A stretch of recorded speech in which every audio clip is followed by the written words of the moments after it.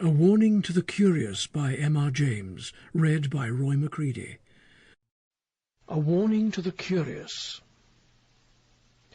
The place on the east coast which the reader is asked to consider is Seaborough. It is not very different now from what I remember it to have been when I was a child. Marshes intersected by dykes to the south, recalling the early chapters of Great Expectations. Flat fields to the north, merging into heath. Heath, fir woods, and, above all, gorse, inland.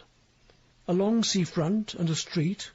Behind that, a spacious church of flint, with a broad, solid western tower and a peal of 6 bells.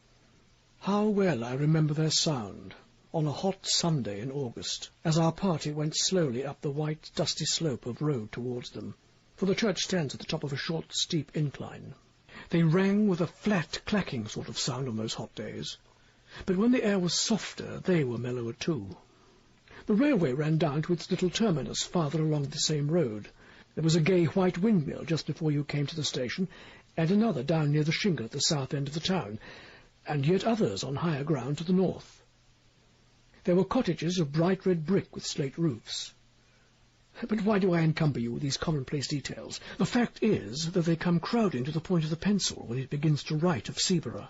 I should like to be sure that I had allowed the right ones to get onto the paper, but I forgot.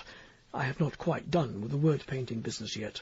Walk away from the sea in the town, past the station, and turn up the road on the right. It is a sandy road, parallel with the railway, and if you follow it, it climbs to somewhat higher ground. On your left, you are now going northward, is heath.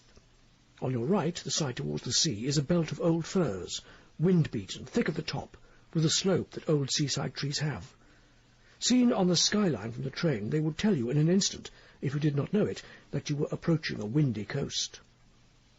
Well, at the top of my little hill, a line of these firs strikes out and runs towards the sea, for there is a ridge that goes that way, and the ridge ends in a rather well-defined mound, commanding the level fields of rough grass, and a little knot of fir trees crowns it.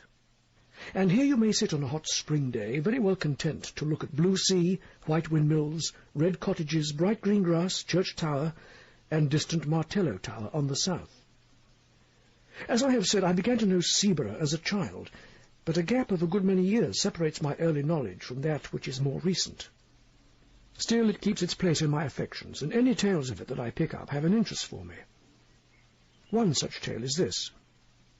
It came to me in a place very remote from Seaborough, and quite accidentally, from a man whom I had been able to oblige, enough, in his opinion, to justify his making me his confidant to this extent. Sample complete. Ready to continue?